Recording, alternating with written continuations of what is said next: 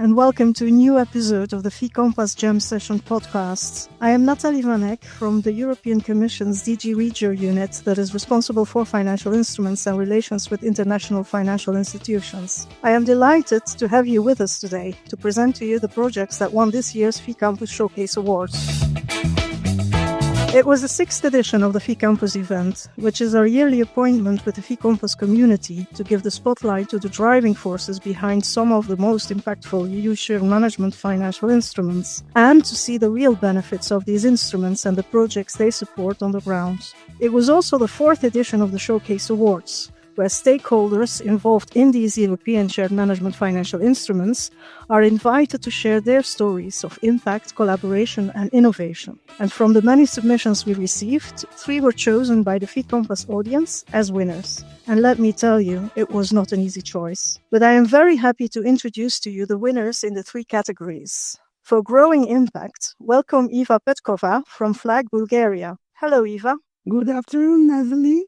It is a pleasure for me to join you. And a warm welcome to Melvin Könings from Lysias Consulting Group, working for Rotterdam Municipality and winner in the Constructive Collaboration category. Hi, Melvin. Yeah, good to be here in the podcast, and we are really lucky to be a winner in our contest. And welcome also to Abel Mascarenhas from Banco Português de Fomento, winner in the Innovation category. Good afternoon, Abel. Hello, Nathalie. Good afternoon to you and to all of you. And I'm very glad to be here and thank you for the invitation. And last but not least, I'm very happy to be joined by my colleague, Jörg Lackenbauer from Regio's Bulgaria, Hungary and Slovenia unit, who will bring the perspective of our geographical units to the table, as well as the cooperation with the Bulgarian Managing Authority that was involved in the deployment of today's Bulgarian case. Hi, Jörg. Hello, Nathalie, and hello to everyone. I'm looking forward to today's discussion. So let's start with the sentiments. Iva, congratulations. How do you feel about securing the Growing Impact Award, the 3rd award already for Bulgaria? We regard the Growing Impact Award at Fee Campus 2025 as a powerful recognition of our continuous and relentless efforts over the past 12 years, implementing urban development funds in Bulgaria, I think, in the best possible way. This is our 3rd award, you are right, yet it is by far the most precious to us, as it symbolically closes the cycle of 2 programming periods and gives us renewed confidence, motivation and energy to continue moving forward. I believe our pitcher, Anthony Margaritov, felt also very happy and relieved, just as I did. Although he is quite modest about sharing this, the pitching clearly demonstrated not only the growing impact of the UDS, but also his own professional development. As one of our youngest colleagues, we have seen him grow alongside the latest advancements in financial instruments, and this was evident in his performance. It certainly was. Now, congratulations to you too, Melvin. How does it feel to take the Constructive Collaboration Award home with you to Rotterdam? Well, we are very glad to have won this award, and it's a recognition of quite a long way of making the fund happening, and because we've been working on this for about 8 years already now, but the fund is really paying off now, and then it's really nice to have recognition from Brussels and Luxembourg that we're on the right path. Thank you. And Abel, the Innovation Prize for Portugal. What are your feelings? Well, me and all the team, we felt great with that award. You know, that was the first time that Portugal won through Banco Português de Fomento in this great event of Fee Compass in this category of innovation. So it was something that was very good for us because there's a lot of work behind that. And also, on the top of everything, it was the 10th anniversary of Fee Compass, so it was great. And fantastic projects they are. Let's delve into them now. Abel, as you said, you won the Innovation category. Can you tell us about your financial instrument, the Capitalizar Mais Guarantee, and what its ambitions are? Well, you know, this year, 2025, here in Banco Português de Fomento, we are operating more than 20 financial instruments, and we are supporting more than 14,000 enterprises with 5 billion euros. And this year, the execution is very well. It's 12 times more than the last year.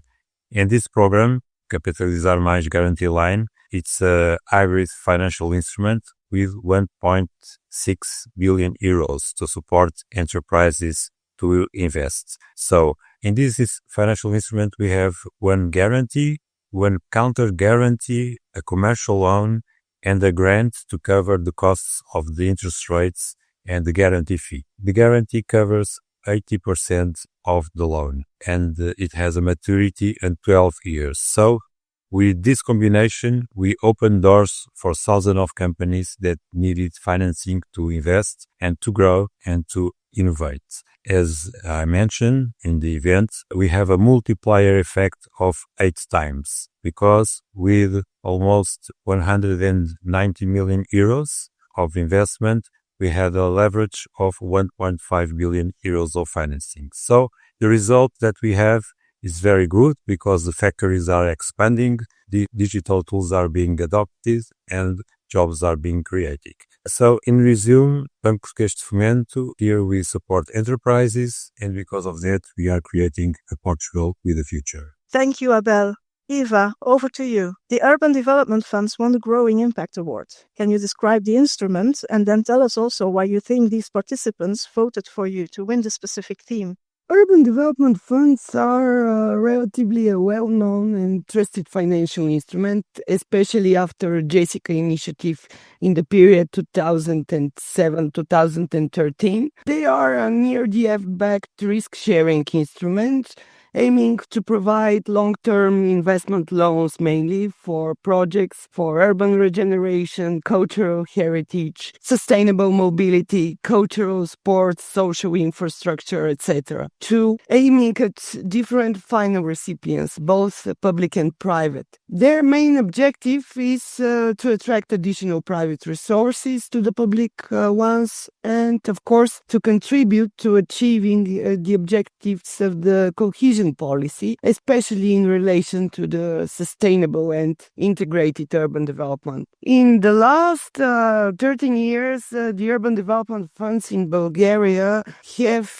demonstrated considerable growth. In the period 14-20, the public resource increased 5-fold compared to the Jessica initiative, where there were only pilot Jessica funds for 7 cities in Bulgaria. The territorial and eligibility scope are continuously expanded and cover almost all sectors linked to urban regeneration. And the introduction of combination of financial instruments with grants allowed more public projects to obtain financing from financial instruments. So we are looking forward to the combination within a single operation, which is allowed under 21-27 programming period. Why the participants voted for us? I believe because urban development funds are relatively well known. The Sustainable Cities Fund has received awards, as it was mentioned before, 2 awards before this 3rd award, and this reinforced our credibility. At the same time, the showcase mission really demonstrated tangible results, substantial impact, and a visible change on the ground.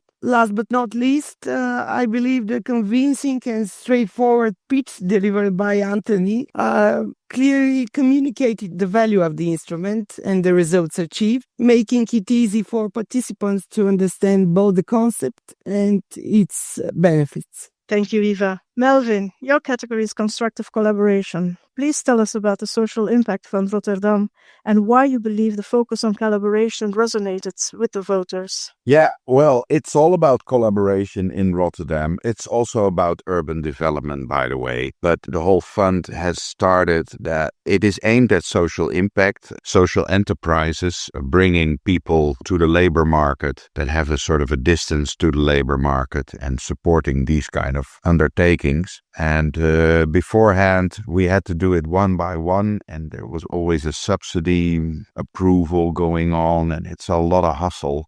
And by bringing these kind of investments into a fund, it's much easier and faster to use the ERDF money and to bring the money to the right recipients. It's all about collaboration because it's not a relationship just between the public authorities and the social enterprise. It's also on investors and other private investors. And by setting up a blended finance fund, we are able to bring in private investors in the fund. And herewith we have a multiplier of 6.5 at fund level. And that is really awesome because that's really the power of this instrument. Thanks, Melvin. Jörg, coming to you now. Looking at the Bulgarian success of Iva and her colleagues and the theme of growing impact, what is Regio's view on the evolution of these urban development funds and their role in the region? First of all, I'd like to congratulate Iva and her team for this award. I think we in the Bulgarian Unity and DG REGIO are also very proud alongside the fund managers because it's a great recognition, in fact, for the work done. We think that the Sustainable Cities Fund, as one of the operating urban development funds in Bulgaria, has a very important territorial scope. It's a very important partner to municipalities and private investors and businesses across the country, in fact. And it's supported, as Iva already said, projects in various areas, more than 100 projects, if I'm informed correctly, in different areas: urban development, regeneration, energy efficiency, cultural infrastructure, and so on. And I think it was a very important instrument in the operational program Regions and Growth 2014 to 20, when it already had very important allocations. But the problem in 2014 to 20, as we all know, was that combinations of financial instruments and grants were not possible in one single operation, but in two operations, distinct operations, which made it a bit challenging to put this into practice. Now let's hope that the change in 2021 to 27, where we can actually combine financial instruments and grants in a single operation, will make life easier for the fund managers and will help this fund getting even more traction. In 21-27, in the program development of regions, we have an allocation of more than 200 million for debt financial products aimed at urban and regional development. And we as DG REGIO would be very glad to see these instruments deployed, to see them work on the ground, because they will be very helpful to Bulgaria's development. And we would be glad also to see investments in northern Bulgaria, because the north of Bulgaria is among the poorest regions in Bulgaria and in Europe, and therefore we look forward to a countrywide scope of the funds. Thank you. Thank you, Jörg. I feel a next submission for a FICampus showcase coming. I would now also like to share with our listeners your experience and favorite parts of the event itself. Abel, what was your favorite part of FICampus this year? Well, I think that FICampus, the moment of FICampus is the showcase. Showcase with people voting, then knowing who won the awards. I think that is the moment. My favorite part is also the moment in the year when we can change ideas with the other teams from the other countries and create relationships with all of you. Also sharing knowledge with the workshops that we have. And like in Vilnius, we visit some projects, and I think that is very important because we see on the ground the changes that we are doing with our financial instruments. Thank you. Iva? The program was quite intense and interesting, but yes, I believe the award ceremony was the most interesting part of the FICampus this year, probably because we have been among the awarded ones. So it was a real pleasure to be on stage again. And yes, the networking opportunities, I'm always happy to see so much friends and colleagues at FICampus. And also Abel, we met in that way a couple of years ago. We've been at a study visit to IFRU a couple of years ago. So this is invaluable for the growth of the whole FICampus community, to see each other and to be able to share our common problems and to find common solutions.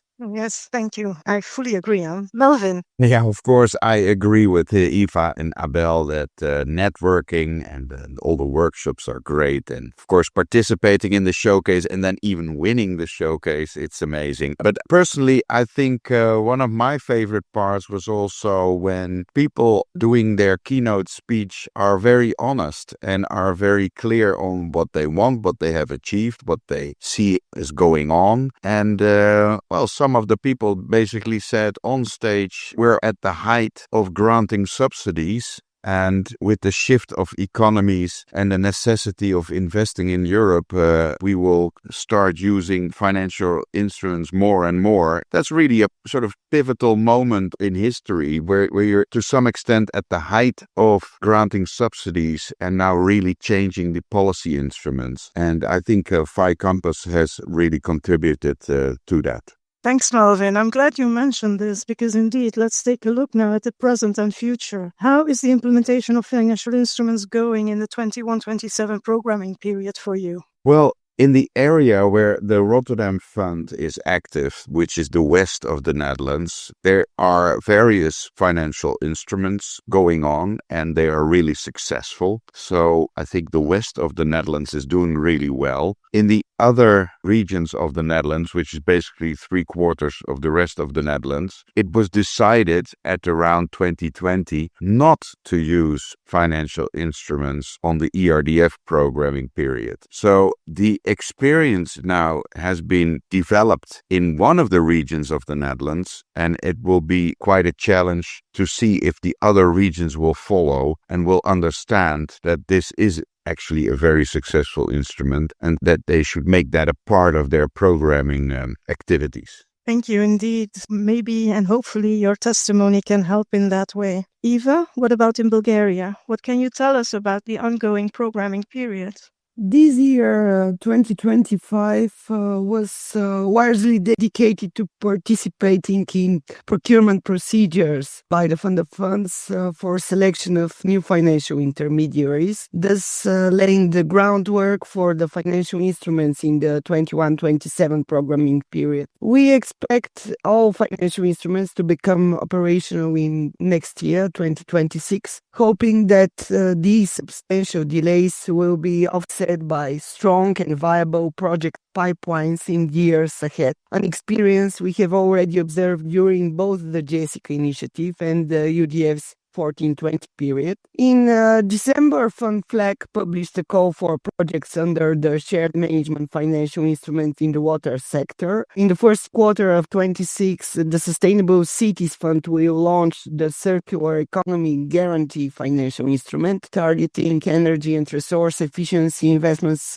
by SMEs. And of course, we are also looking forward to being awarded the implementation of urban development funds covering the entire territory of Bulgaria, as the Sustainable Cities Fund has been selected to cover both northern and southern Bulgaria in 21-27 period. And we envisage the start of these new operations in the second quarter of 2026. So everything is ahead of us. Good, challenging times. And Abel, how is the Banco Português de Fomento planning on leveraging the success of the capitalizar Mascarenhas? We are at the moment with a lot of work going on. We have already what we call the technical guarantees on place. That is a cash advance for the final beneficiaries that apply for a grant in the managing authorities. Also, we are implementing a similar line to this capitalizar mais guarantee line because it's a hybrid financial instrument, and we know that in the financial instruments world, the hybrid are the more complex, but also the ones that can achieve more enterprises. And also we have a double challenge. We have to execute all the programming periods, but also complementing with IEB funds. And why is that this double challenge? Because we know that in 2008, the economies of Europe and US were the same size. But at the moment, US is 50% larger than Europe economy. So we have the Draghi reports that says that Europe needs 800 billion euros per year to get to the same point of the economy of the US. So this is a big challenge for us, and also things that we need to improve, like we need to move faster in the transition of the programming periods, also with exit evaluations and state aid rules. We had noticed yesterday that the Commission presented the plan for affordable housing, and the state rule will not apply for affordable housing. And that's very good news for us. But this Draghi report is very important to investments in Europe, and it's a great volume. So I truly believe that Banco Português de Fomento and the other financial instruments in Europe, in the different teams, are the keys to our countries to achieve this level of investment. But we need evolution on the regulations because we need to move faster in order that we can catch US. Point taken.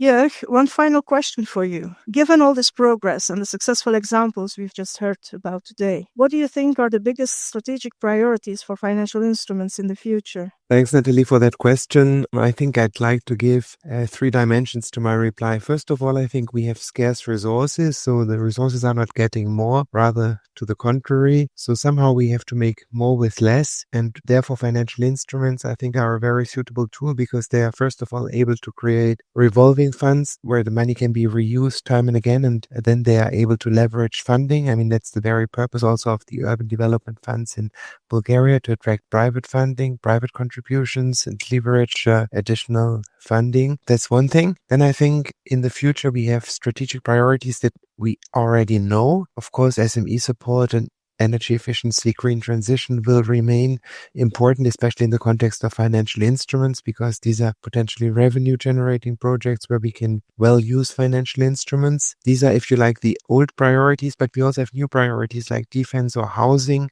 Just yesterday, Abel mentioned it. The European Affordable Housing Plan was presented. There's a model financial instrument for housing also.